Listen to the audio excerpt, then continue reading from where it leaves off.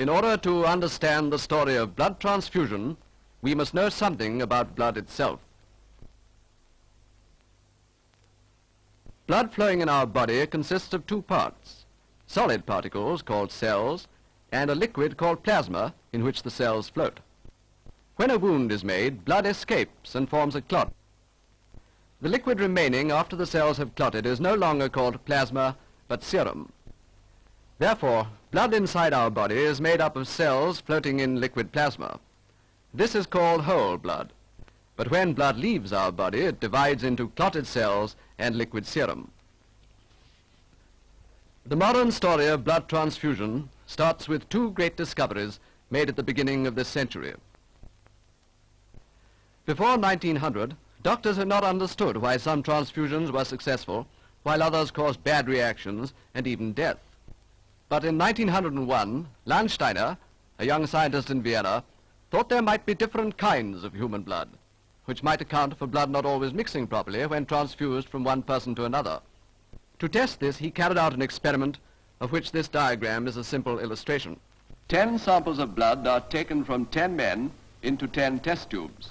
The blood in the tubes then divides into its two main parts: serum, shown white, and cells, shown black. Now here are 100 empty test tubes. Into the first row across is put serum from the first man.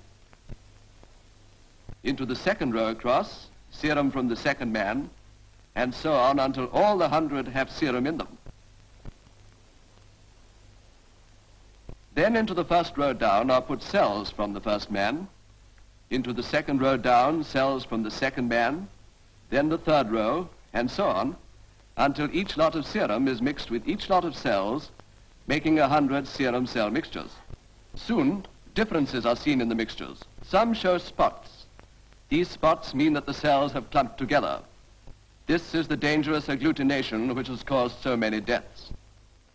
From studying these results, it was found that there are 4 different kinds of human blood, or 4 blood groups. These are called Group O, Group A, Group B, and Group AB. There is, of course, no difference in quality or purity between bloods of different groups. Group B blood is just as good as Group A or Group AB, and Group O as good as any of the others.